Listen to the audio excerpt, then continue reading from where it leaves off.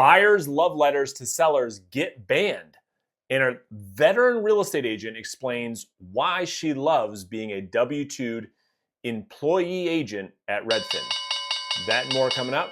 This is the Brandon Mulrenin Show. All right, so for years, we real estate agents, we've been using letters where we would have the buyer write a letter to the seller. You've probably used them before as well. And that letter would be from the buyer addressing the seller when we would submit an offer. And the thought behind the letter was strategic. You know, the letter was designed to help that offer stand out from the crowd, to help that seller hopefully pick that offer. And for years, there's a lot of people that, rightfully so, by the way, are really challenging these love letters because of discrimination laws. And the argument is that when the seller gets a letter from a buyer, right, that that seller now has information that potentially has them discriminate against other buyers, right? And they get the letter, they read the letter, and they are making decisions that one would argue is not objective. They get to know like the race, religion, if they have kids, where they're from, how old they are. You know, a lot of the letters had pictures of the buyers, and these letters are used every day right now. And I'm curious to know, are you using letters when you submit an offer for your buyer? Let me know in the comments section. Well, this morning, Inman just released an article that in Oregon, there's a new law that bans these letters from being used. So let's jump into the letter. This is really, really interesting. And so here's what the article said. Oregon love letter banned now in full effect, at least for a month. So listing agents in Oregon now have to comply with a new ban on homebuyer love letters in the state. However, a lawsuit by the Libertarian Pacific Legal Foundation seeks to undo it. So this was as of this morning, 9 a.m. this morning. Listing agents in Oregon now have to comply with first of a kind ban on the homebuyer love letters in the state, at least for now. The law went into effect January 1st throughout the state and will stay in effect unless Oregon-based Total Real Estate Group can persuade the judge to put a temporary halt on the law's enforcement while the lawsuit goes through court. The brokerage is seeking a preliminary injunction that would pause the law's rollout and could still get this injunction in time. But after the court rejected its request to the expedited process, they'll have to wait until February at the earliest. So at least for a month, any type of letter from a buyer to a seller in the state of Oregon, you can't use it, which is really, really interesting. And so the article just kind of goes on to talk about just the potential cause for discrimination, right? So it says this leaves agents with a legal obligation to reject love letters for now, which is fine. Advocates of the new Oregon law have said that this should lead to sellers having access to less personal information that could be used to discriminate against homebuyers based on their race, sex, religion, or family situation. This type of discrimination is already banned under the Federal Housing Act, but the law advocates argue that love letters provide the seller with more than enough information to discriminate. And you know, I kind of tend to agree. You know, I've been back and forth on this, trying to figure out, okay, what's my position on this? Certainly, strategically, we know that humans make decisions on emotion. They justify them later with logic. So the love letter from the buyer to the seller works really, really good because it's serving its purpose. It's supposed to pull on the emotional side of a seller when they're making a decision on, hey, what offer do I pick? And so the emotional letter from the buyer who gives the picture and the sob story about, you know, the young family not being able to get into a home, well, that pulls on the heartstrings of the seller. That's exactly what it's for. But the law and the Fair Housing Act they're trying to protect against discrimination, because in that process of offer selection, it's supposed to be very, very objective, and the seller shouldn't have any information based on their race, sex, religion, or family situation, where the letters are doing just that. So I'm not totally surprised. It's just interesting that Oregon's one of the first states to ban these letters. I wouldn't be surprised if we see more of this, for sure. There's another article that Inman released this morning about a real estate agent who kind of is explaining her position on why she loves working at Redfin. So for years, there's obviously, as you know, being in the real estate space, we're 1099 independent contractors. Well, Redfin, as you know, has W-2'd employees. And so there's been this kind of big debate on why an agent would go and be a W-2'd employee, where the very thought of being in real estate, the pull to being in real estate, is that you can be your own boss.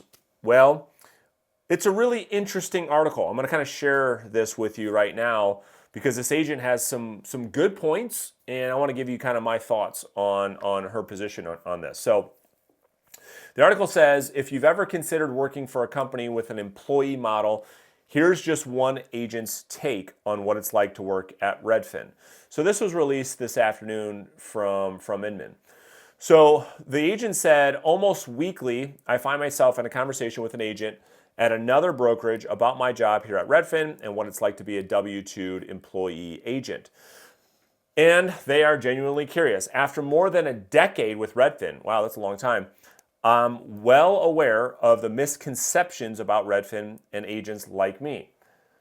One of the common, and this is very true, a common one is that Redfin agents are inexperienced, and considering I've done over 600 transactions in my career, I usually laugh this one off. The one that bugs me the most is the insinuation that Redfin agents deliver less service or are less driven because we're W-2'd employees and not independent contractors. That agents are at Redfin because we couldn't hack it at a traditional brokerage.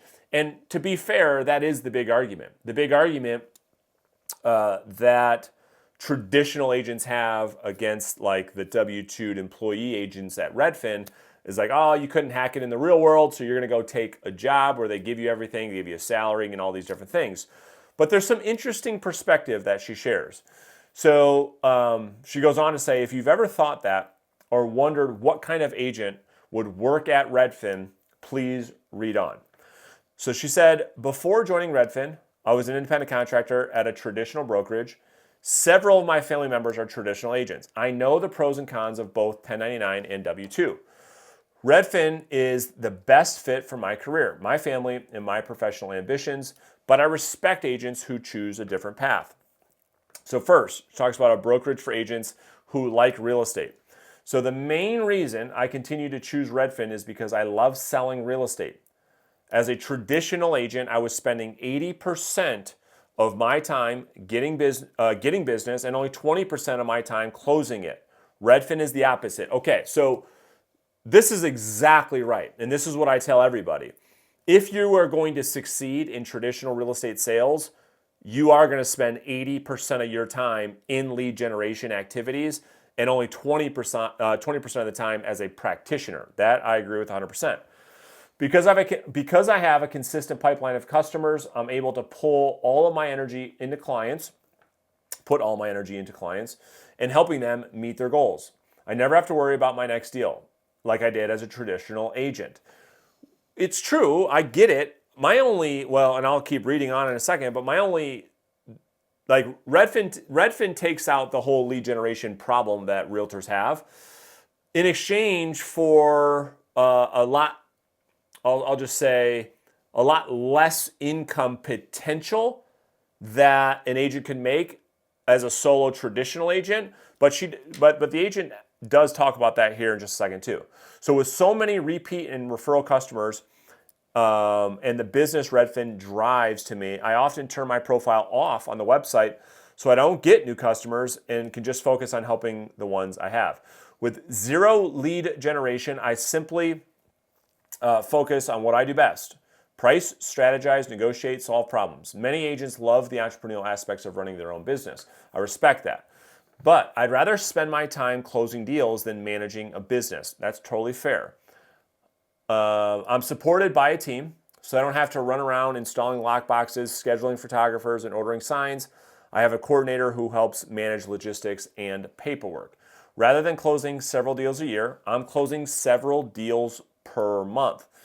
This volume wouldn't work for everyone, but I thrive on it. It helps me stay attuned to the market so I can help my clients win. Okay, so that's kind of what I was saying. If an agent, and she talks about her income in a second, which we're going to break that down. If an agent traditionally closes a couple deals per month, they would make a lot more money than this agent is making at Redfin. But the argument that this agent makes, which I do agree with, is like how many agents are actually closing a couple deals per month? Not very many. And so that's kind of like the flip side of this argument, which I can totally make sense of. So the fuzzy math on gross commission income. As a top producing agent, I get tons of recruiting calls every year on my birthday, and the broker at one of the largest brokerages in my area calls me. "You're still at Redfin?" he asks. "Is this the year you're going to come work for us?" While I admire his persistence, I let him know that I'm happy at Redfin. I earn well over 6 figures in take-home pay. And every year, it gets easier because I get higher bonuses for every repeat and referral customer. I have a significant amount of Redfin stock and continue to occur more, building my nest egg for the future. So it just goes on to talk about like the difference between gross commission income and actual net income, which I totally agree with. So I want to find a part. Okay, right here. So I've done the math. I come out ahead at Redfin every time. I have no expenses whatsoever. Redfin covers all my mileage, my phone bill, MLS, and association dues, and licensing costs. I don't pay for leads or personal marketing. All my listings get professional photography, 3D scan, and digital on social media marketing as part of our standard practice. Redfin covers it all. Redfin provides all the technology I need, which is light years ahead of what any other broker provides. I don't have to manage a professional website, design postcards, create brochures, launch marketing campaigns.